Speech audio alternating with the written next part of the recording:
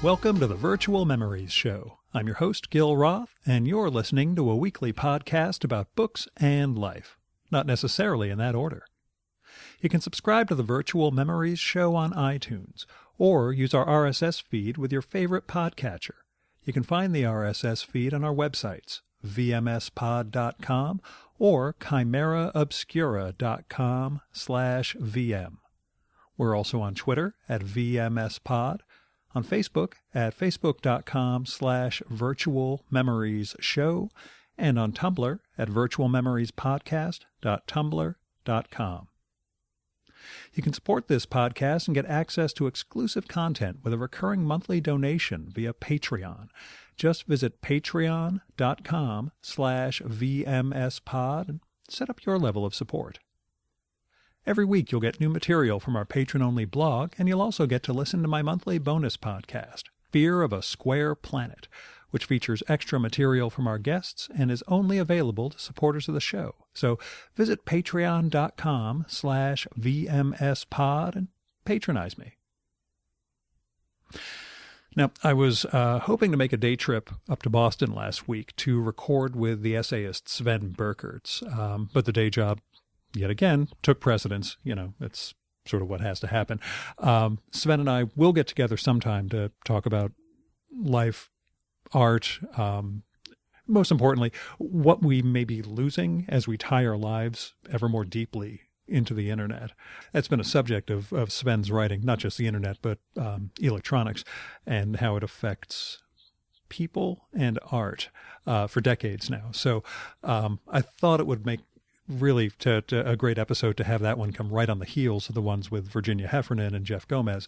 But I figure you guys aren't going to mind waiting, I'm sure. So instead of a rumination on Plato's Phaedrus and the disruption of human consciousness by online means, I decided to go for something a little weightier. We're going to have this week a conversation about the Bible and how communal trauma shaped both the Hebrew and Christian scriptures.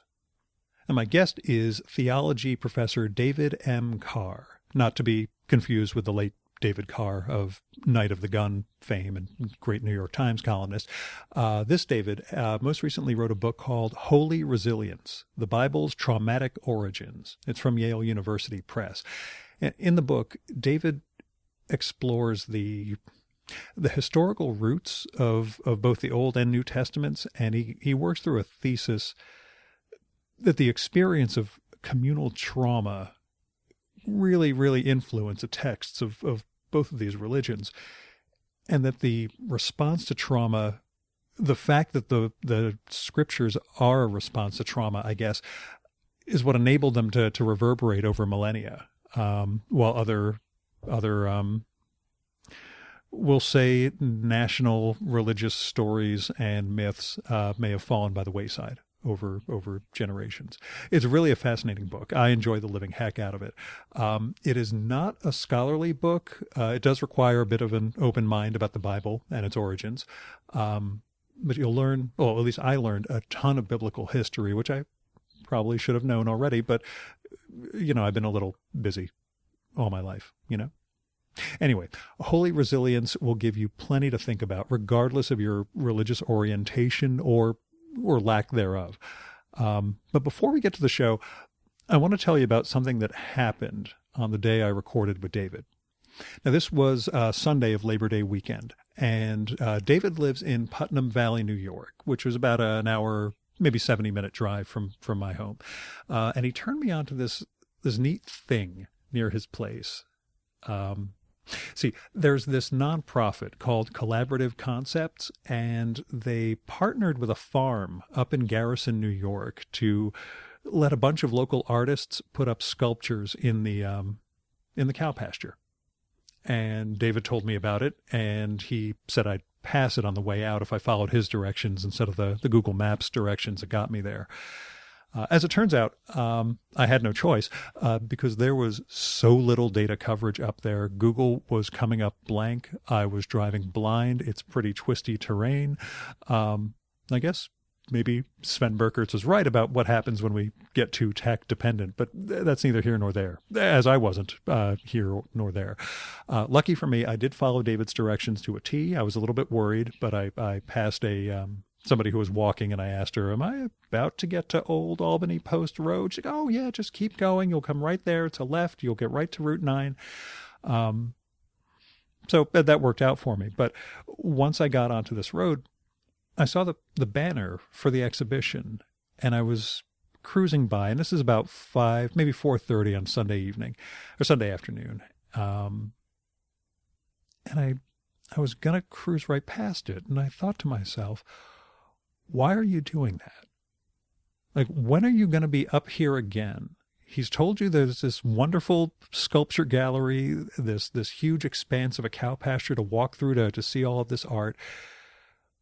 Where are you going on Sunday evening of Labor Day weekend that is so goddamn important that you can't make time for this? I mean, I let my wife know in the bare moment that I got phone coverage that I was headed home, and she was working on a project at home anyway, and she knows I sometimes run late with these things. So I pulled over. I locked up the car, walked in the front gate. David warned me to lock it after I went through so the cows don't get out. And then I walked up the pastures, and I looked at art, and it was beautiful. Some of the stuff was prosaic, and some of it was silly, and some of it was really kind of haunting. And I took a whole bunch of pictures while I was up there. You can find the link to the photo set on Flickr in the show notes to this podcast. They'll be on the Chimera Obscura, VMS Pod, and Tumblr pages. And I just walked through pasture after pasture. I was taking in the late afternoon sun. And then I got to this one area that David recommended, and I wasn't sure because it didn't have a map, and I think they had those in a little box on the way in, but I was, of course, too smart to actually take one. But there's this place. You have to go through another fence after another pasture, and you could see this stretch of the Hudson River and the mountains in the distance through this one strategic break in the trees. And it was gorgeous. And it reminded me of the episode that I did with Ann Patty earlier this summer up in Rhinebeck, because something like that plays into her wonderful book, Living with a Dead Language, which you really ought to read. Anyway, I kind of took that in a little bit, and then I went back through a different set of pastures, and I came across this weird stage. It was like the roof of a underground, I don't know, cellar or something. There's a bunch of metal musical notes hanging on lines between trees, and a few chairs there, and I just sat down for a while. And I put my phone and my camera on the ground, and I just breathed for a little bit. I didn't see any cows the entire time, which I admit I was worried about. I've seen Tamara Drew, the movie from the comic book by Posey Simmons, also a great podcast guest. And I was afraid I was going to go out like Roger Allam's character in the movie.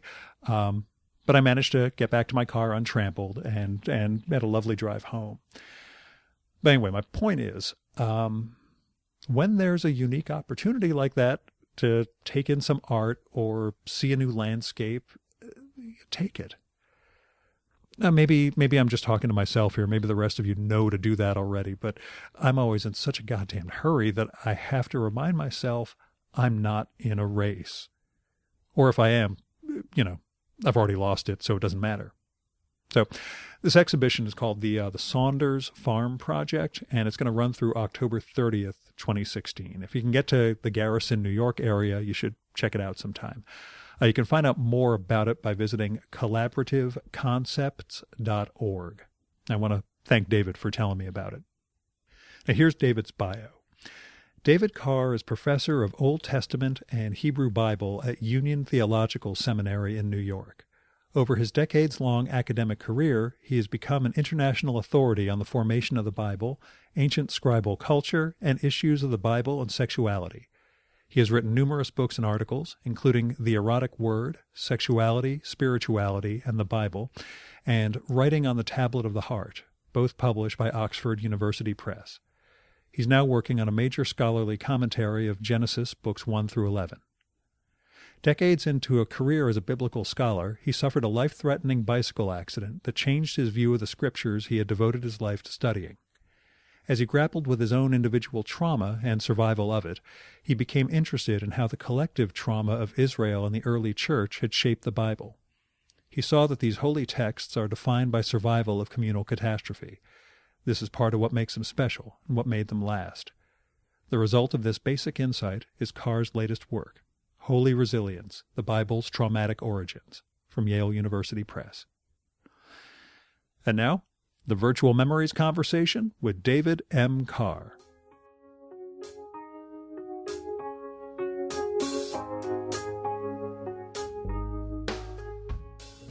What accounts for the robustness or resilience of Hebrew and Christian scripture?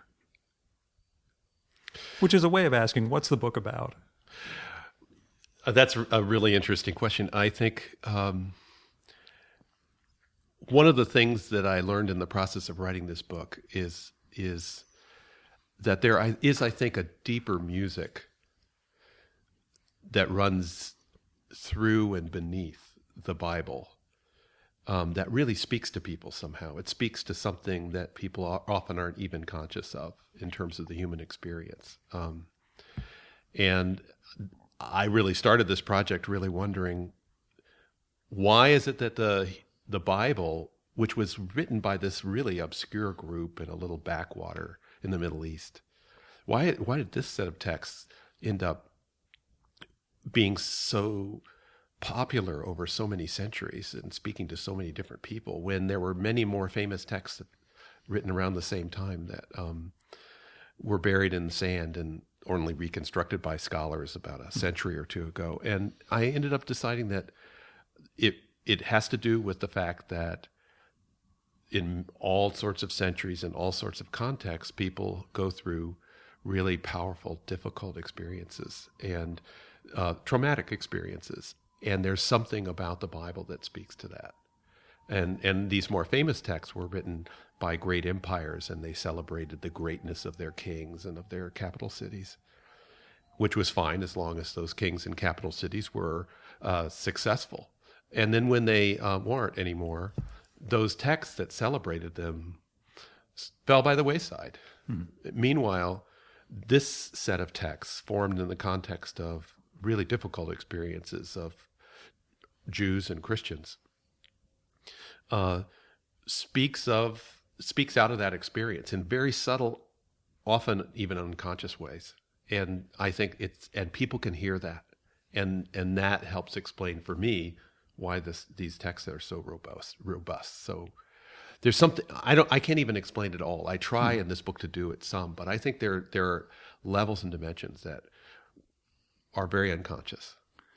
In terms of, and you go into relative explicit detail as much as we can about it, particularly with the Hebrew Bible being composed during the Babylonian exile, and in a sense, while using existing stories, somehow being a metaphor for what they were going through, or at least some sort of aid for it. Yeah, I mean, that's one of the interesting things I think about the stories that people know the best about the Bible, like about Abraham and Isaac and Jacob and Moses and stuff, is on the one level, there's the stories about these characters, and they're amazing stories, about Abraham almost sacrificing his son, or about Moses and the Israelites wandering in the wilderness. So there's a story about these characters way back in some time. Scholars don't even really know exactly when to place these stories. But what I think these stories are actually really talking about is also the experience of a much later group of Jews who were retelling these stories in the midst of an experience of being forced from their land by the Babylonian Empire and made to live in an obscure part of that empire and never knowing if they'd ever come back. And these stories about patriarchs and matriarchs, or about the Israelites in the wilderness, were a way for them to speak of their experience without speaking directly of it, and speak of an experience that for them was profoundly traumatic. And there's nowhere in the Bible that actually speaks directly about that experience of Babylonian exile. Yet I think these stories, being retold in a certain way, were their way of doing that. Mm-hmm. And how do you differentiate between individual and communal trauma, and the way some individuals respond to things and the way an entire community does, particularly a community in exile?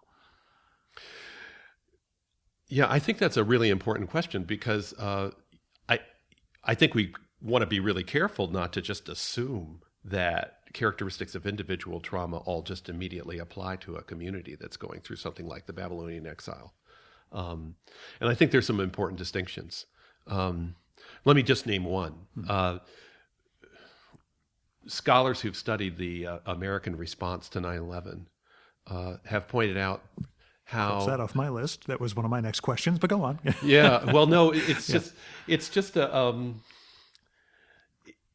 it may be something particular about the way the United States reacted to that horrible catastrophe, but the United States reacted really in a very aggressive way to it. I mean, there was a lot of mourning and that sort of thing, but one of the first moves was to invade Afghanistan and then eventually Iraq, the invasion of Iraq, even though, at least according to many people, there was no relation between Iraq and the attack on 9/11.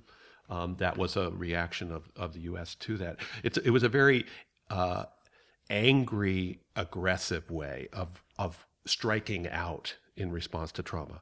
Now, that's something that individuals also sometimes do, but they don't seem to do it quite with the same regularity as communities who've undergone trauma.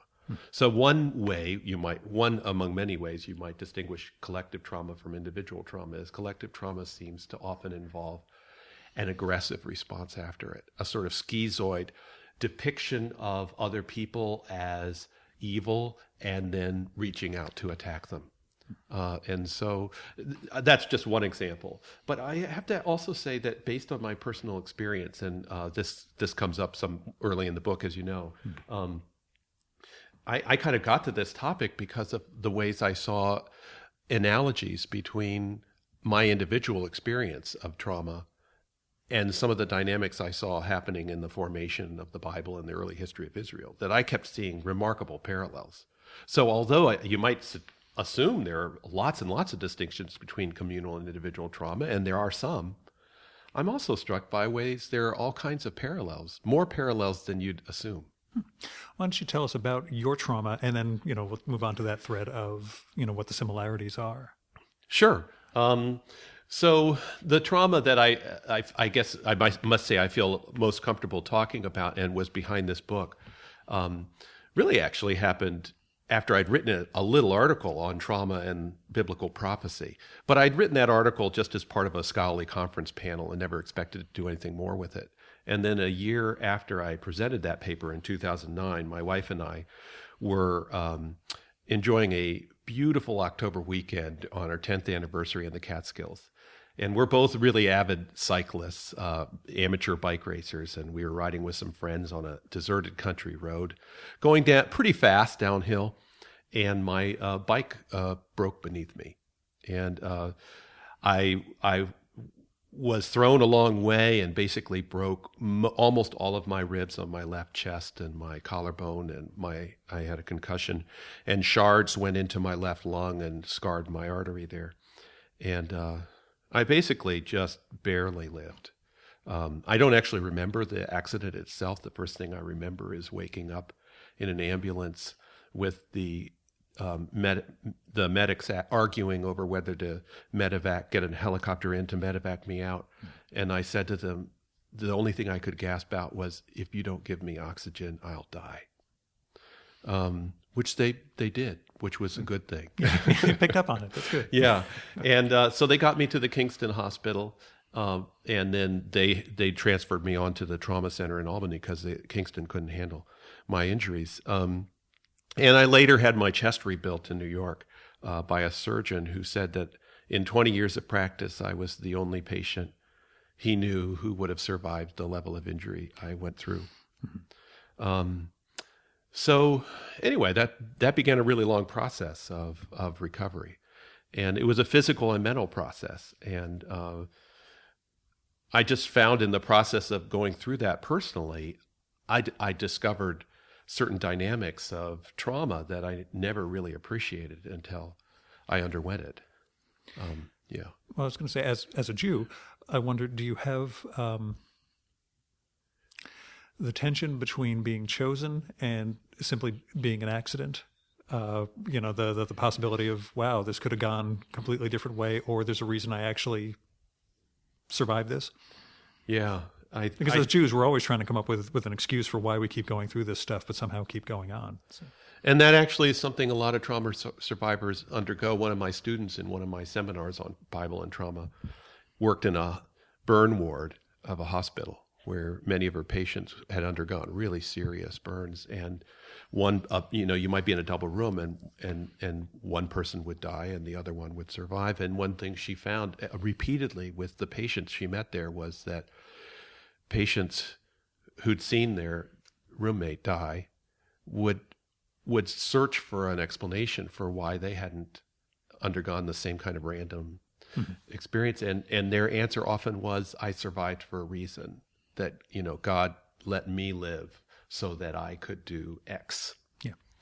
And that's a really reassuring thing. The problem is it condemns the other person. It does. God had no interest in that other person doing X. Yeah, that's. Well, isn't that the case? I mean, that there are so many things around trauma that are not rational. Mm-hmm. I mean, that's a basic thing, which is a big thing that responses to trauma have in common with religion.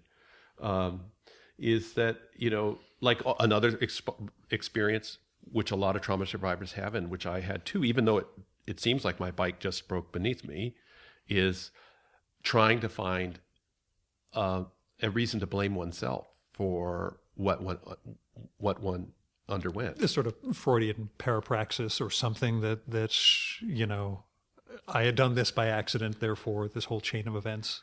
Well, it's just a world where that kind of catastrophe is completely random is scarier than a world where I did something to cause it. Yeah. Because if I did something to cause it, then maybe I can avoid doing that in the future. I mean, in a way, it's self-critical and discouraging, but it's still reassuring in a way to know there's some way out. There's an agent. As opposed to, So for all those reasons, it doesn't, as you say, it doesn't make any kind of sense in one level to say, oh, it's my fault in this case at least, or to say I survived in the burn unit and this other person didn't because I had some sort of broader mission in the world. So what about them and stuff? That doesn't make any sense. But on another level, it helps people put one foot in front of the other, and live their lives without being in complete abject terror that they'll undergo a similar experience. Because that's the other dimension of trauma too, is that you experience these random reminders of the experience you underwent, even if you can't remember it. I still can't remember the accident, but like today we're doing this talk on a spectacular sort of late summer, early fall day, which is kind of similar in some ways to the day I had my accident. Mm-hmm. And so when I go through days like this, I get this sense, it's sort of like watching a movie and hearing the scary music come on. Yeah. You start to have that feeling like, oh gosh, that could happen again. Well, it's like the weather being absolutely gorgeous for the whole week of 9/11 back in 2001, at least up here in the Northeast, that it was such a gorgeous day. There was no, portent to it. And as such, that actually becomes a negative portent when you start to get to that time of year. And I have a similar feeling, actually. I was in New York on 9/11, and I think of that when we get into September and these beautiful, clear, sunny days, and I think about that day. So when you're living in the wake of that kind of experience and you're experiencing those sorts of reminders, even in beautiful elements, the things that help you cope can be non-rational stuff, like self-blame or the belief in being chosen or that sort of thing. These are basic strategies. But you don't think it took some sort of concussion or head wound for you to come up with this concept, right? Well, luckily, I already had a Bible that helped me do that. In a way, I mean, it helped me understand certain elements of the Bible I struggled to understand before. Mm-hmm. And what was the temptation, I guess, to apply modern perspectives and modern approaches to trauma to this period of antiquity, and one in which we don't know the people necessarily. We have the evidence of what survived them, but because you have a few concepts you bring up, there's a battered wife syndrome, replacement child syndrome, the compulsive repetition, and things like that.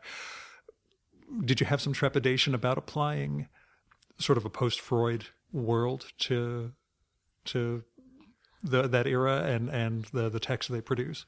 Briefly, yes. Yeah. Yes, I did. And I still think there are questions to be raised. Anything I or another scholar says about these texts is always a hypothesis that requires ongoing testing. But I do think that there's an important distinction to be made between using some of these scientific theories about catastrophic breakdown to understand more about the catastrophic breakdown that ancient Israelites and early Christians experienced. That's one thing, because people have been experiencing catastrophic breakdown for different reasons across centuries. That's nothing new. Mm-hmm. And so I think there's a good case to be made that there's some universality between dimensions of that breakdown, gaps in memory, self-blame, various ways people search for meaning, all that sort of thing. That's one thing. The places where the biggest questions can be raised, I think, about applying modern therapeutic concepts to the ancient world has to do with modes of treatment. And that is where, there's a certain modes of treatment that are now kind of canonical, at least in the West, for treating trauma in terms of witnessing and individual psychotherapy and retelling the story. There's a whole set of modalities that have been developed in the West and have proven somewhat effective in treating people with individual trauma. And there have been a lot of studies that have even raised questions about applying those treatment modalities to other countries in the 21st century, where they've imported psychotherapists to help people dealing with tsunamis in the Southeast Asia or something. And then people have said, wait a minute, this doesn't necessarily apply cross-culturally. And I think even more so, we can say they probably don't apply cross-chronologically. Sure. So for me, I would say I would raise the question both ways, but I think the question becomes even more acute if I go back and try to say, for example, that the Bible embodies the perfect treatment solution in terms of contemporary PTSD for ancients and moderns. Mm-hmm. I don't think it does. But I do think it speaks out of a universal experience of catastrophic breakdown, and that's where it's particularly interesting and helpful. And what was your goal with Holy Resilience? Wow, I have to think about that some. I mean, one thing I should say about myself is even before I wrote Holy Resilience, I had a long career of studying the formation of the Bible. Yeah. But I mostly wrote books for other scholars and articles for other scholars. I have a tiny little group around the world of people who read my books, but I didn't have a very wide public. And when I underwent the kind of experience we just were talking about, I started to see a lot of my work on the formation of the Bible in a whole new light. And really, it helped me sort of rewrite certain parts of that history, sort of the untold history of the Bible. And I thought that maybe exploring both the Old and New Testaments through this lens might help non-scholarly people understand certain aspects of the Bible that they found sort of troubling or puzzling before. So I felt like this sort of the combination of my personal experience and of trauma theory might open up the Bible to people who previously really might even have sort of left it behind or whatever, or really didn't see why certain parts of it might make sense. Mm-hmm. Yeah, how is the writing different when you're writing for that sort of audience? I found it very accessible, and I'm pretty sure I would struggle with your more scholarly writing, just because I assume it's very tied into the terminology and everything that's in there. How did writing for a broader audience differ from what you usually do? Well, I really had to let go of the footnotes and all the references to German and French scholarly literature and Hebrew and stuff. especially when you have this decades-long career of writing for other scholars, then I kind of have them sitting on my shoulder while I'm writing, and I had to get all of those guys, mostly guys, some women too, brilliant women, get them to shut up because I could just imagine all the questions. I would write these blanket statements that I would know. Well, it's actually a lot more nuanced than that, David. Yeah. Yeah, right. Yeah. And there's some other theories that, and so I felt at various points I needed to apologize to my colleagues, not because I say anything completely outlandish in the book. And I'm pretty clear at some points in the book, just briefly, that there's some other ways to approach the material. But when you're writing for a non-scholarly audience, you really have to just say what you mean and not add all the qualifiers and all the footnotes and all the alternative theories. You just have to lay it out there. Mm-hmm. And it almost feels like a form of unclothing, and that you feel very vulnerable as you do that. So I did that actually in one initial draft. I wrote it fairly quickly.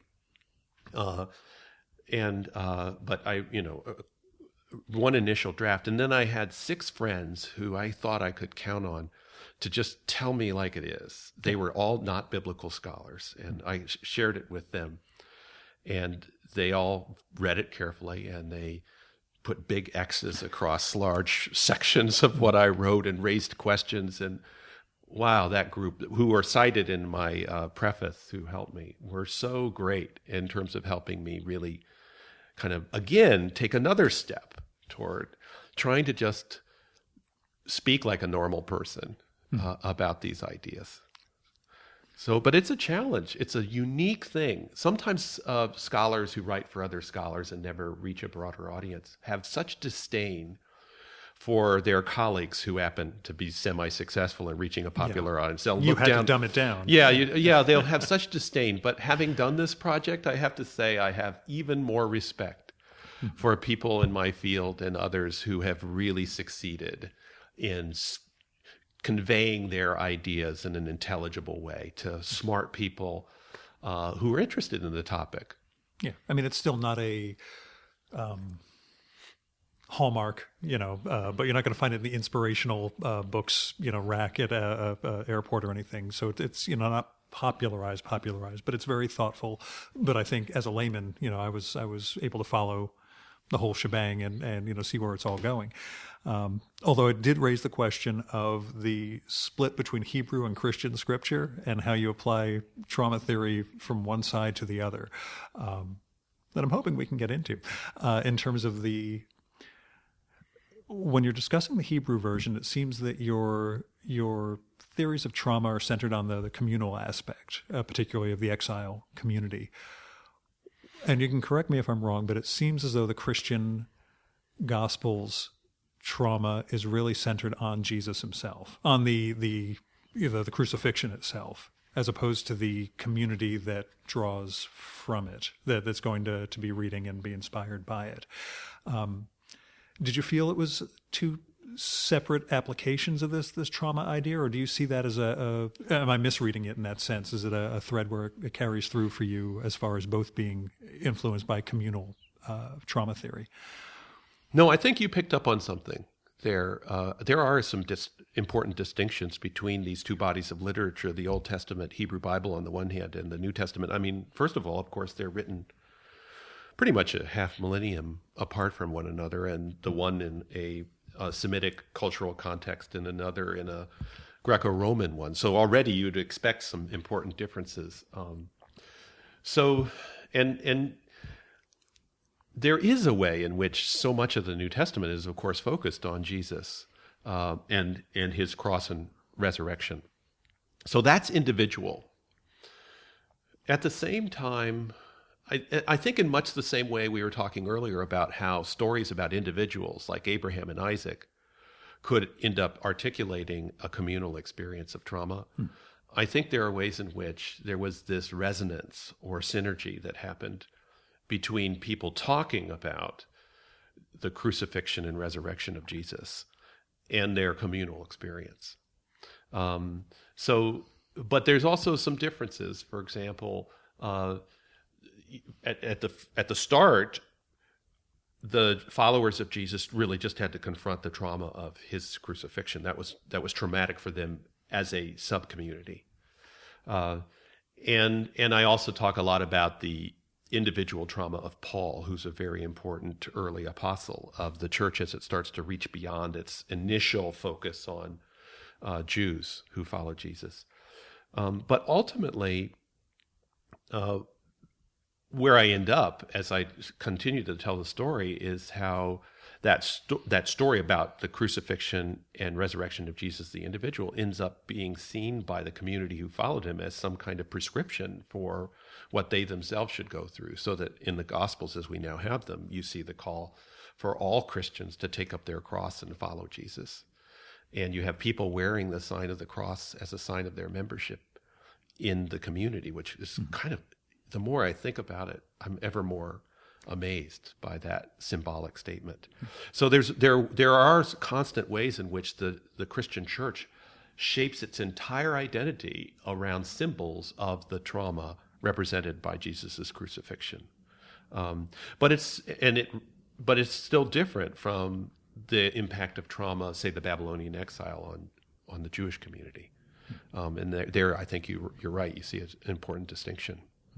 And did you feel that it was again, two separate threads, certainly, but, did you feel any trepidation in the course of writing? Oh, well, this is sort of a different application of this theory, or again, do you see it as carrying through as a whole? Just again, in as much as our symbol is the Torah, our symbol, like we're a couple of Jews, my symbol for my people is the Torah. Well, I'm a Jesus Jew. Yes, you fall right in the middle. But yeah, carrying the instrument of torture, or the symbol of the instrument of torture, is different than the scrolls themselves being the sort of symbol for what we are, or what makes us who we are. But yeah, it was just that interesting question to me, that seeing how well the theory applied while you're discussing Hebrew scripture, to see it turned in the New Testament, is very interesting. Well, one of the things I'm struck with is if you try to reconstruct the very earliest engagement of Jesus Jews with his crucifixion, and how did they make sense? How did they deal with it? How did they not just disperse as a movement? It appears as if the very texts that they used to understand the meaning of his crucifixion were texts of the Hebrew Bible that were themselves formed in the midst of trauma. It's really striking to me that the texts that you can most clearly document being connected to the trauma of Babylonian exile and the survival of that are the very texts that seem to have been the most important for those Jesus Jews as they then grappled with the trauma of the loss of Jesus. But I think, you just have to, as a scholar, constantly be sensitive to lines of difference and continuity. And speaking of Judaism and Christianity, one of the other theories of the book, it's brought up on a more minor level because the primary focus of the book is Hebrew Bible and New Testament, but is how not only Christianity, but also Torah-observant Judaism as we know it, also emerged out of trauma. Yeah. That both Judaism and Christianity represent two different religious formations that in distinctively different ways responded to the trauma of the Roman Empire. And in the Hebrew way, you bring it up in terms of the Jews, we'll call them, living in exile, basically adopting the rules and laws and enforcing them so that they would be, so they could stand out, I guess, or at least not exclude, but see how they were different than the rest of the population they were around. Which again I found fascinating in terms of where the history of keeping kosher would actually come from. The big meta question that struck me throughout this whole thing is, how do you balance faith and scholarship?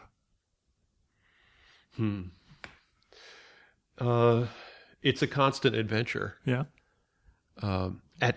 This is the second book I've written, actually, which involved at least a little mini crisis of faith in the process of writing it. How so? Well, when you get into the book, as you know, the end of the narrative isn't completely positive in terms of the impact of trauma. on the Christian Bible. I think we talked earlier about ways in which I think the way the Bible engages trauma helps explain how robust the Bible has been, how it's survived and been resilient over many centuries. So that could be seen as a good thing.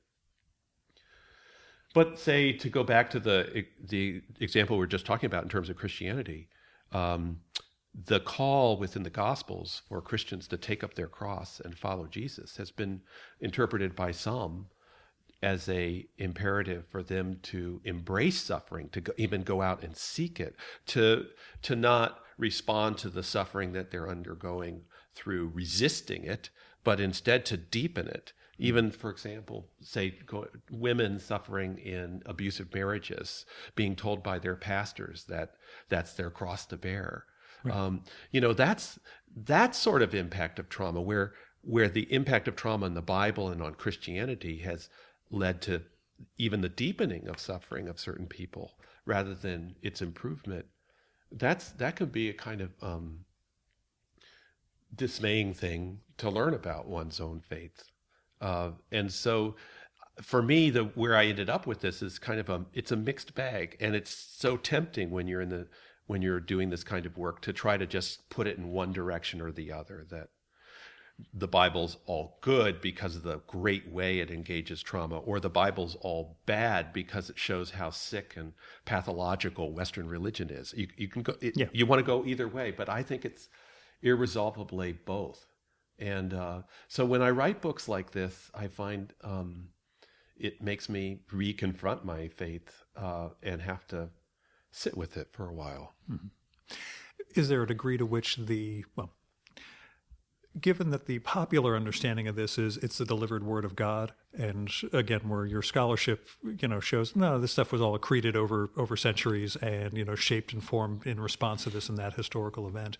Does that have any disillusioning factor at all? Or again, is it beyond, the mere facts of how this was composed in terms of what it's actually trying to convey?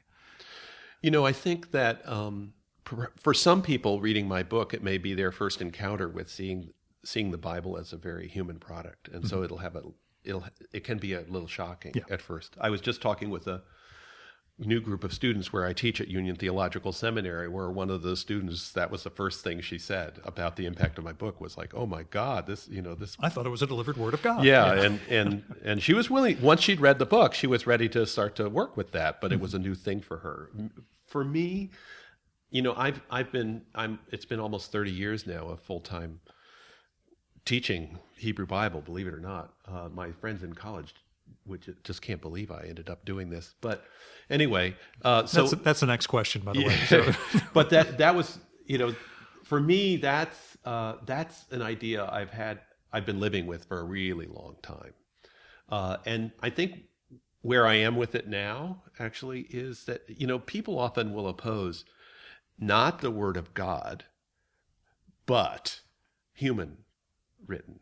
And the more I teach it and read it and live with this book, the more, for me, I actually feel like there's a deeper holiness in finding the revelation amidst writings that were formed by humans and then reshaped by later humans who were going through their own things in their lives and then reread by yet later communities. This is a text that's just been soaked in the real experience of history, and it speaks to those truths. And so I just constantly am surprised, even though I sometimes run it, as we said, into many crises of faith, but I'm constantly surprised by the way these texts really speak to deep, deep truths in human experience. And so they make me kind of put together that there could be revelation through very regular humans writing about their real experience,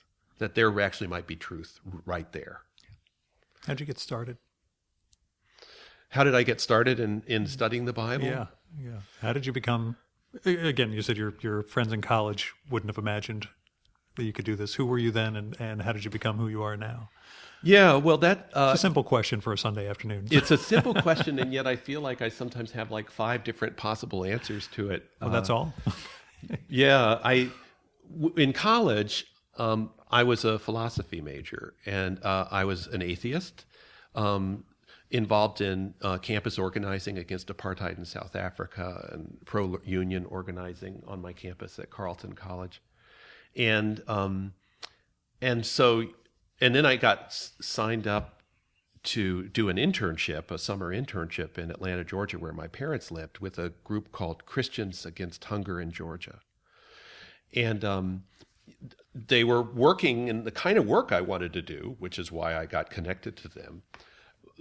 But they were Christian, And so I remember an interview with one of the heads of the organization. I said, well, this sounds like great work, but is there a problem with the fact that I'm not a Christian? And they said, no, big deal, just come on and do the work. And so I came and worked with them through the summer, a lot of Southern Baptists and Methodists and Jews, and there were a lot of Quakers. I'm now a Quaker myself. But gosh, they were all working together to try to improve the level of benefits in Georgia provided to poor people, which is a whole nother discussion. But the thing that impressed me at the time, this was just, wow, I was working with an amazing group of people, many of them in their 50s, 60s, 70s, who'd sustained lifetimes of work for social justice out of their religious faith. And it was the testimony really of, they're quite very different religions, but they were all incredible quality people. Really made me take a new look at religion. So when I was finishing up with college, I got involved with a group in Atlanta who was working with homeless people and with death row prisoners in Georgia. And there was a little church, a little Presbyterian church they were based in, 30 people, and they ran a night program for homeless people and a bunch of other stuff. And the powerhouse that drove that church was a little Bible study they had on Sunday nights, where they all bring sandwiches and study a Bible text together and pray. And it wasn't fundamentalist or anything, but they really were just sitting down, sort of following the model of base communities in Latin America, and just trying to see what the scriptures might have to say about their work for justice and peace. And that really made me take a new look at the Bible, because this Bible, this ancient text, was proving so powerful and helping make this tiny community do such amazing work. And I enrolled in a 2-year master's program at Candler School of Theology, where I didn't have any idea where I was going to go with the degree. One thing I was clear is I wasn't a tactful enough person to be a pastor. I have all the respect in the world for people who that's good self-knowledge. who do that. My dad was one, actually, so I well knew, what kind of mental and emotional gymnastics one had to do as a minister. But I just knew I didn't have that. But I wanted to somehow pursue this intersection between theological study and work for social justice and peace. And in the process of doing that degree, which I was initially focused on sort of philosophy of religion and theology, which linked with my undergraduate major, I took Hebrew. And I fell in love with the language. And between that and my experience in the Bible study, when I got to the end, even though I hadn't focused really on Bible, I did this trip to Israel where I was like blown away seeing these places where various things are set in the Bible, and they were real. They weren't just theoretical anymore. And I started talking with the professor who was leading the trip about doing a PhD in Bible, and he helped me get all excited about it. And before I knew it, I was a PhD student in Old Testament in California and pursuing an academic career. And I thought I might be an environmental lawyer or a psychologist. I had so many other career plans, but somehow I ended up teaching and writing about Hebrew Bible for a few decades. And, I find I just love it. You still engage in social justice work? I don't do quite as much of it as I wish directly. I teach at a place, Union Theological Seminary, that's very focused on work for social justice. So that's one way I sort of put the two of them together. And the students I work with are an amazing group who are really committed to that kind of work. So in a way, by preparing them and working with them, I feel as if I'm kind of connecting to that work for social justice. And I did feel a few years ago as if I needed to have a little more direct experience. And so I got involved in a program working with GED students at the Columbia University GED program, running a course to help them imagine themselves going to college after getting their GED, and helping them write a college admissions essay and do some preliminary college exercises. And so I work every fall or spring, or sometimes both, with an incredible group of 10 to 12 people coming from all different parts of the world and all different walks of life, trying to help them learn to tell their story in a really compelling way, to show how they bring a unique set of experiences to college that other people with more traditional academic backgrounds might not have. So that's been a great experience, and in the process, it's been a real education for me. What are this will be a terrible question, your biggest bugaboos about misreadings of Hebrew and Christian scripture nowadays? Like the worst thing that people say, well, it says here in the Bible that X. Do you have something that really just irks you when somebody? Well, I mean, on one level, of course, there are the various political ways the Bible often gets taken. And, I mentioned, for me, the really compelling thing that brought me to the Bible were the ways the Bible felt to me like a call to take care of other people and to have mercy on other people and that sort of thing. And that's certainly not the way you often see the Bible portrayed in the popular media, because of the people who seem to have the biggest mouthpieces for saying what they think the Bible says. So that's one thing. But I guess on another level, a broader level, I think one thing that's true for people who are coming at it from a more fundamentalistic perspective, but not only that, sometimes people just reading it from a naively historical perspective, is they get all focused on whether the Bible is historically true or not about events back then. So the big thing they want to talk about, whether pro or con, is was the world created in 7 days? Did the biblical Exodus truly happen? Or even, for Christians, very important question in some ways, was Jesus actually resurrected or not? And it's a natural question to ask, because these are stories about events. But I often feel as if such debates about the historical truth of the Bible end up distracting people from that deeper music that the Bible has to offer us. If we just sat with it for a while and really looked at what it might have to say about us, is it true about us? And when we ask that question, it can open up conversations between people that are very different.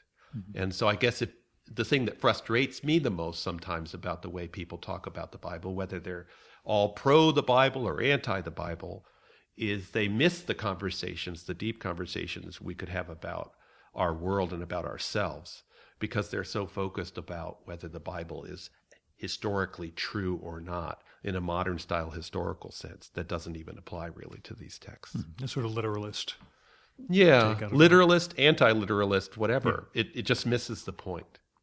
Yeah, can you talk, one of the threads that came up actually that I'm interested in the book, the schism between monotheism, which you also frame the origins of in a wonderful way, with what you call cosmotheism, which is a term that I'd never come across before because, again, I'm not a scholar in your field, which was an issue once upon a time, which at the time could have just been monotheism versus polytheism, but as it's evolved and that schism has continued for 2,000 plus years, can you sort of go into what cosmotheism is and how it kind of works at odds with our allegedly monotheistic way of approaching the world? Yeah, well, certainly. Cosmotheism, at least as far as I know, is a term that was coined by a German scholar and intellectual, Jan Assmann, an amazing guy in himself. But he's a person who successfully made Egyptology a topic of popular discourse in Germany, which he must be brilliant for that.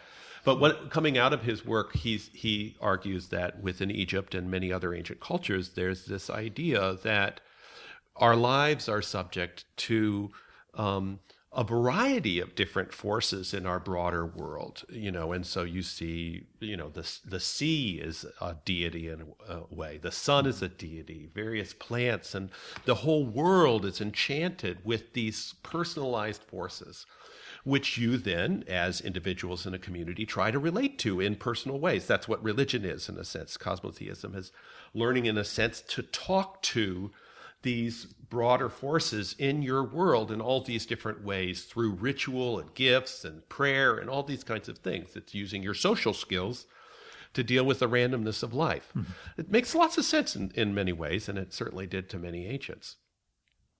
So if you wonder when a catastrophe, as ancient Israel and many other cultures did, often the solution within a cosmotheistic perspective wasn't to decide the problem was you're not worshiping one God enough. The problem was you weren't worshiping enough different gods enough. You hadn't talked to the right deity, personally. You sent the gift to the wrong address, and you needed to work that out. So that was a primary mode for dealing with difficulties. And the real revolution that happened in Egypt in a preliminary way under Pharaoh Akhenaten, and then probably in a completely parallel and separate way in Israel, although sometimes people have wanted to see a connection, was to start to argue that, in fact, you really just needed to be beholden to this one single deity.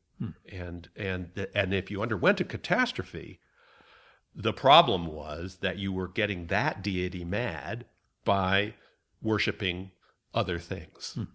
And I guess my question is, it just seemed very similar to the angel culture nowadays, where, there's a special angel who's watching over, my family or my kids. In a sense, it's almost,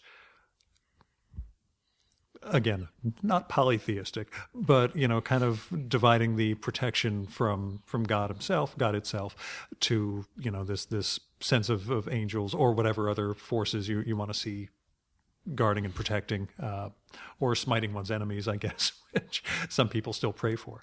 Do you see that, that sort of parallel in terms of contemporary religion or? I do.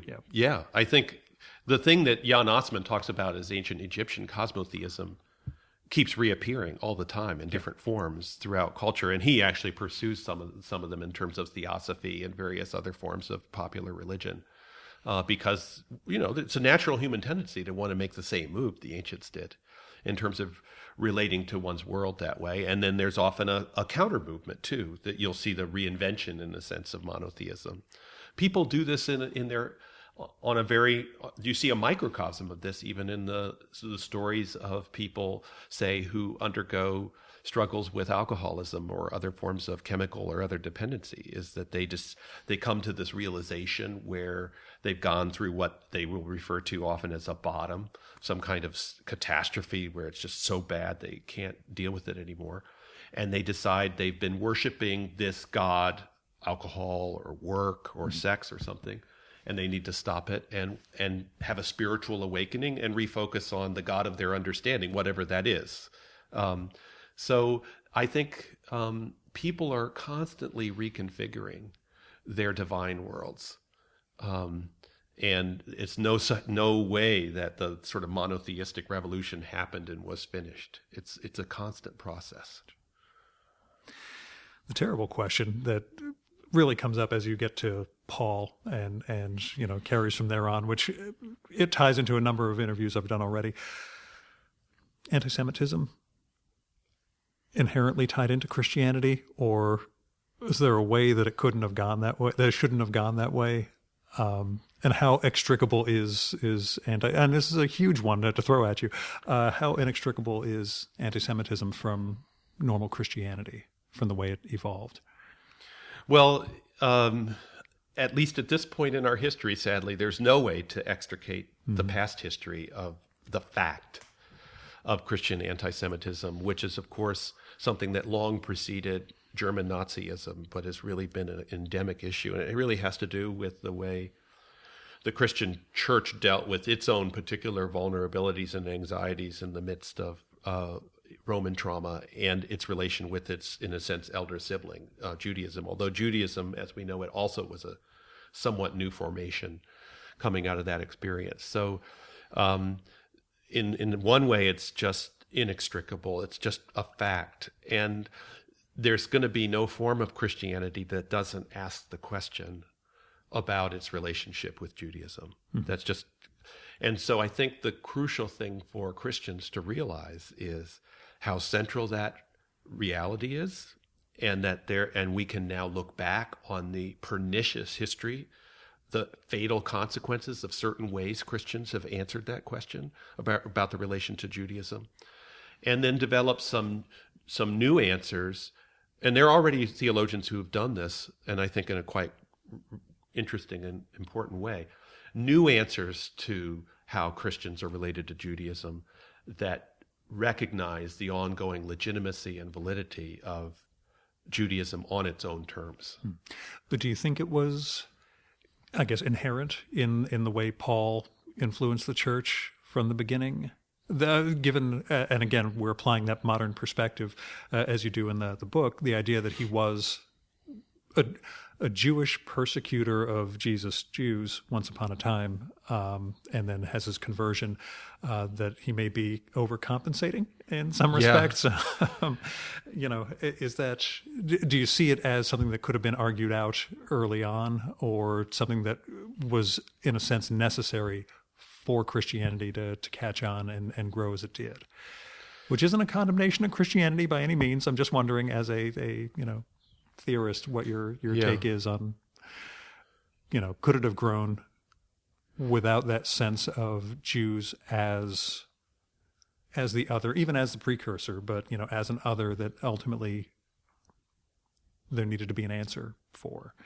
Yeah, when Paul's dealing with these questions, of course, the Judaism is, first of all, it's his own faith, as you mentioned. Yeah. I mean, and so he's sort of struggling with himself. And he's envisioning Christianity really as the Judaism of the future.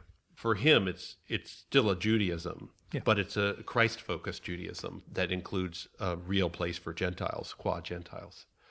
But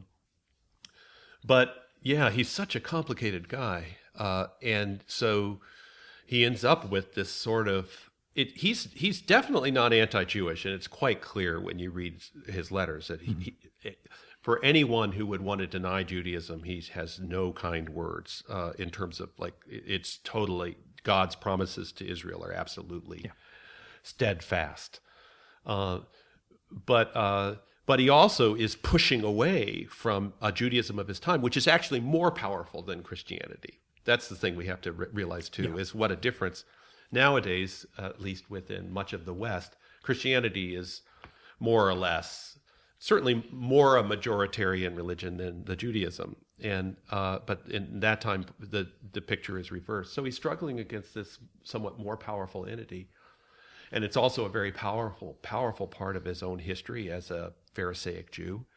And so, like many people who have that kind of deep, powerful passion and inner struggle, they end up pushing really hard against something that's still a central part of themselves. And there are ways in which Christianity really got shaped by Paul's particular answers to that out of his own animus. It's kind of like some friends of mine and acquaintances of mine who were brought up in a very fundamentalistic evangelical household, and then at some point in college or something decided that didn't make sense to them, and they sometimes some of them become Old Testament scholars, but in their work there's this really strong rabid anti-fundamentalism. It's part of themselves, but you're catching all this stuff that's part of their history. Mm-hmm. Christianity ended up doing that, getting infected some with a similar dynamic in Paul. But within Paul, it was a struggle of a very faithful Jew with his own Judaism, whereas he was helping to found a largely Gentile Christianity that wouldn't have that same nuance and would just take the animus against Judaism without the deep sense of love and fidelity to the tradition that Paul had. And as you're saying that, I realize I'm once again applying the idea that somehow Paul knew this and knew what 2,000 years of history ahead of him was going to bear, as opposed to working these things out at the time when those terms of Jew and Gentile did not mean what we mean exactly. That didn't have all that weight. So, yeah. On a lighter note, your wife's a biblical scholar too. What is it like having two biblical scholars under one roof? Is there any great tension? Do you focus on different areas? Do you correct each other constantly? What's the home dynamic? Well, I guess I would say, first of all, I fell in love with my wife's mind before I fell in love with her. Cool. As a woman. We were both on a faculty, and she was teaching New Testament and I was teaching Old Testament. And I was writing a book at the time about sexuality in the Bible that was eventually published as The Erotic Word. And I was reading all this stuff having to do with gender and sexuality, and that was her focus. She's really written a lot about gender in the New Testament and masculinity and that kind of thing. So we got in conversations about a lot of that stuff, and those conversations just continued. And so we have 4 kids between us from our previous marriages, and our kids often joke about what a weird set of conversations their parents have when they sit down to have wine together. We're busy arguing about Pentateuchal source criticism, about Greco-Roman masculinity or that sort of thing. But it's been great, and we've actually written a little together too. We've written a scholarly article together and an introduction to the Bible together. So sometimes that's borne fruit in those sorts of ways. And she's also, in addition to those friends I mentioned, one of my best, toughest editors. She's a great writer, and she really calls me to task if I'm going off the rails. Mm-hmm. Yeah, how did you evolve from the erotic word into holy resilience? Do you see it all as of a piece with what you were researching? Well, it's one thing I really try to do is to be sure I write a different book each time I write one. There's some continuity one can see now across the different books I've written, but I've only once accepted a book contract for a book before I was done with the book I was writing at the time. Yeah. And so Erotic Word was followed by a book on orality and memorization of texts, looking at how it was writing on the tablet of the heart. So Erotic Word is about love and sexuality, and this was about how people sort of shaped their minds and hearts by memorizing texts. And then that study of memory in the Bible was followed by a book that really looked at that more broadly in terms of the formation of the Hebrew Bible. And then the trauma book, in a way, is also looking at memory and how traumatic memory really plays a role in how the Bible functions. And so there's several steps along the way to get from one book to the other, but I see certain lines of continuity between the study of love and affection across the whole Christian Bible, because that's the Erotic Word is a study of both Old and New Testaments, although the main focus is on the Hebrew Bible, to the Holy Resilience book. And since you're a Quaker, I know you're not going to punch me for asking you this question. What's the next book? The next book is actually, and this is the one book I accepted before I was you done. Finished? Okay. Yeah, and because most authors would take a swing at me, but again, I figure you won't. No, So. I'm happy to talk about it. It's the water I'm swimming in now. It's a commentary on the first 11 chapters of the Bible, on Genesis 1 through 11, and it's being co-written with a colleague of mine, Erhard Bloom, who teaches in Tübingen, Germany. We're part of a commentary series that's trying to bring together really different scholarly discourses about the formation of the Bible, primarily housed in Europe, and about really the present shape and literary studies of the Bible that are particularly popular in the United States. And not that that's my only focus in the United States, but we're trying to bring those two things together. And my primary responsibility in our co-authored commentary is on the creation narratives and the story of Cain and Abel in Genesis 1 through 4, and then a little bit of 5. He's going to start with the flood story and go on, and we're both working a lot with each other's stuff. Do you have a favorite portion of the Bible? Well, actually, favorite portion Hebrew, favorite portion Christian. What's your... Well,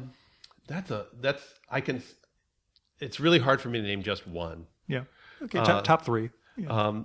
I will say, just in terms of my present experience, I would never have believed I'd say this, but I have to say the story of the Garden of Eden in Genesis 2-3 is one of the most profound, complex, endlessly rewarding stories I've ever had the privilege to study. I've written on it in multiple articles and books. And now I'm writing a commentary on it. I basically spent a whole half year in those 2 chapters. And in the process of that, I saw stuff I hadn't seen in all the decades I'd studied it before. It's a text that, when I started with it, it seemed like a very sort of flat story about sinfulness of humans and about their fall and stuff. I read it through the typical Christian lens.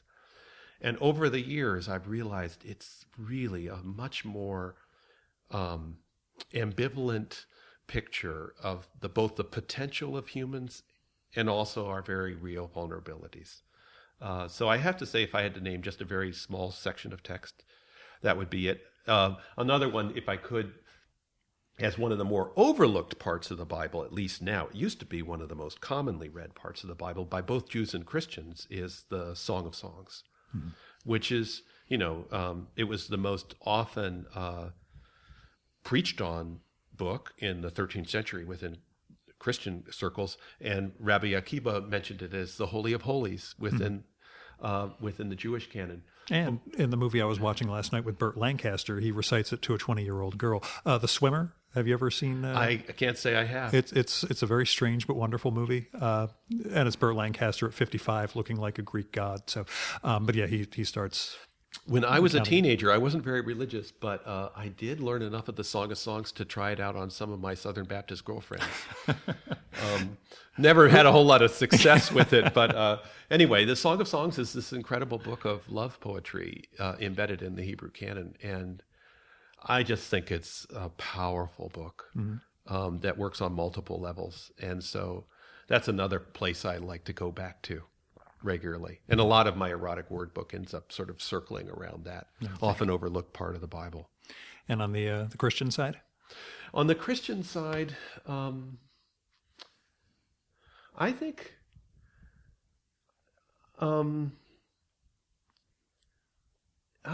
I would end up saying I find Paul a fascinating figure.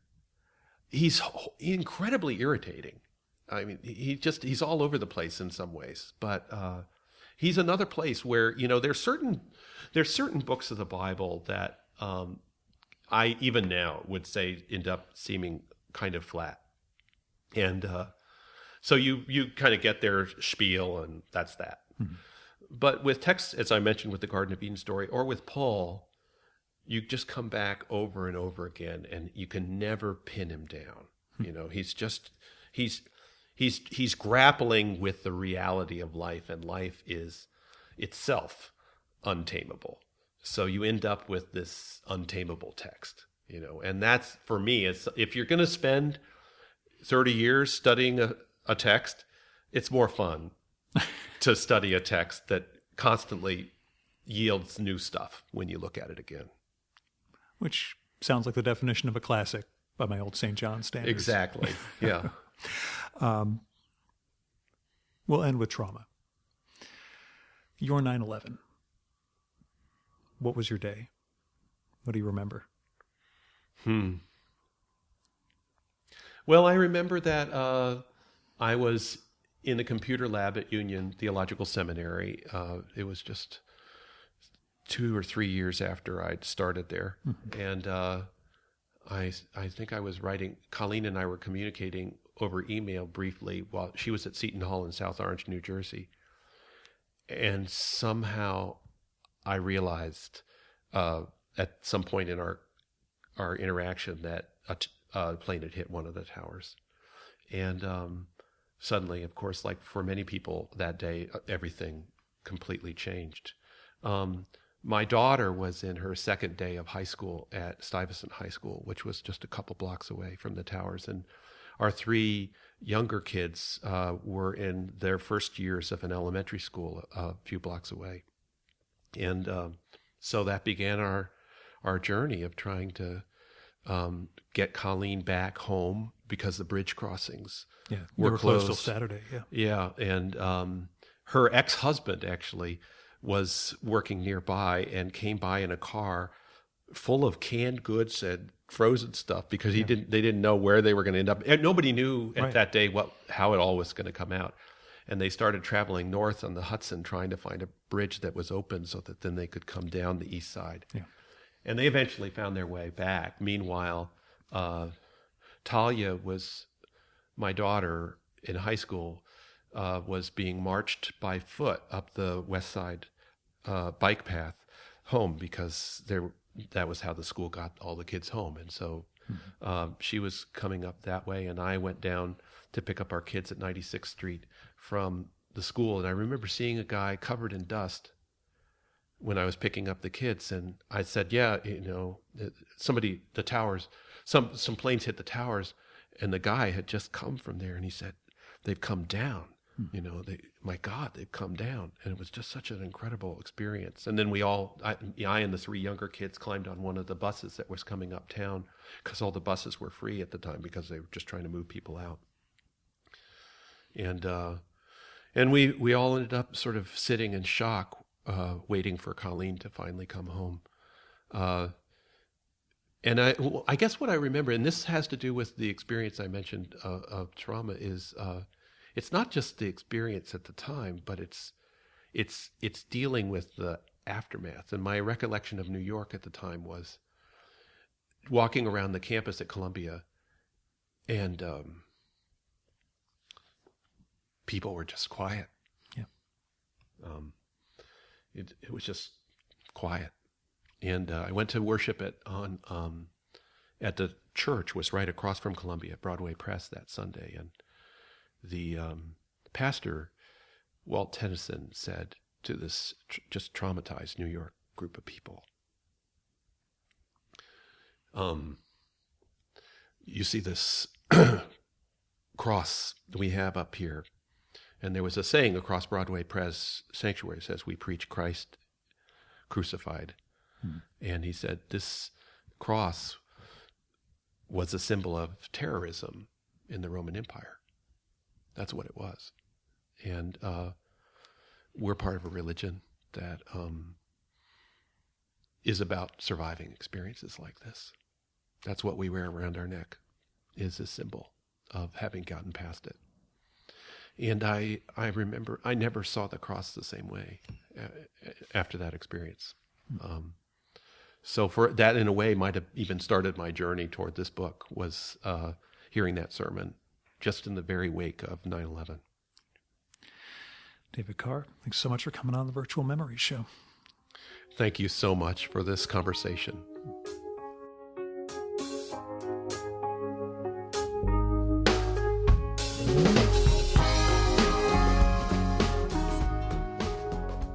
And that was David M. Carr. Listen, I apologize for closing on a downer like that, but Holy Resilience really does revolve around those notions of collective and personal trauma. So I wasn't just being gratuitous, okay? Plus, the anniversary of 9/11 is this week, so listen, don't beat me up for it, all right? Anyway, you should check out Holy Resilience, the Bible's Traumatic Origins, if you like this conversation. It's a really thoughtful and thought-provoking book. It's published by Yale University Press and is available in better bookstores. Now, David's website is davidmcarr.com, and you can find links to his writing, interviews he's done, and a kind of neat video lecture about the poet Rumi there. And that's DAVIDMCARR. He's also on Twitter at David Carr Bible, and he is just about to start a new semester at Union Theological Seminary. So I'm awfully glad he made the time this weekend to sit down with me for a talk. Now, after the main conversation, I asked David, so, who are you reading? If you want to hear his answer to that, you'll need to become a supporter of the Virtual Memories Show so you can get access to our monthly bonus podcast, Fear of a Square Planet. You can do that at patreon.com/VMSpod or at paypal.me/VMSpod. I've got all sorts of goals and goodies in place for supporters of the show, including that podcast, the patron-only blog, series of ebooks that I want to launch, and more. So go to patreon.com/VMSpod and support the art of fine conversation. Now, this episode involved a really lovely trip up Seven Lakes Drive in New York State through Harriman Park up to Bear Mountain and then over to Putnam Valley. There's only one toll, and that was for a $1.25 at the Bear Mountain Bridge. Google Maps did send me on a pretty insane route as I closed in on David's place. There was some ugly dirt roads and some very limited visibility 1.5 lane roads that I almost died on, but made it through okay. Carr made it through fine. Everything was good. Still, if you want to help defray some of the costs, the travel costs, the expense of hosting the site, equipment, etc., you can visit patreon.com/VMSpod or paypal.me/VMSpod and make a one-time or recurring donation. A special thanks go out to Paul W. Jones, Michael Janizik, Fred Kish, Jonathan Kranz, Andrew Mason, Greg Tanner, Zach Martin, and Ron Slate for going over and above in their support of the Virtual Memories show. We got the full list of show supporters at chimeraobscura.com/VM.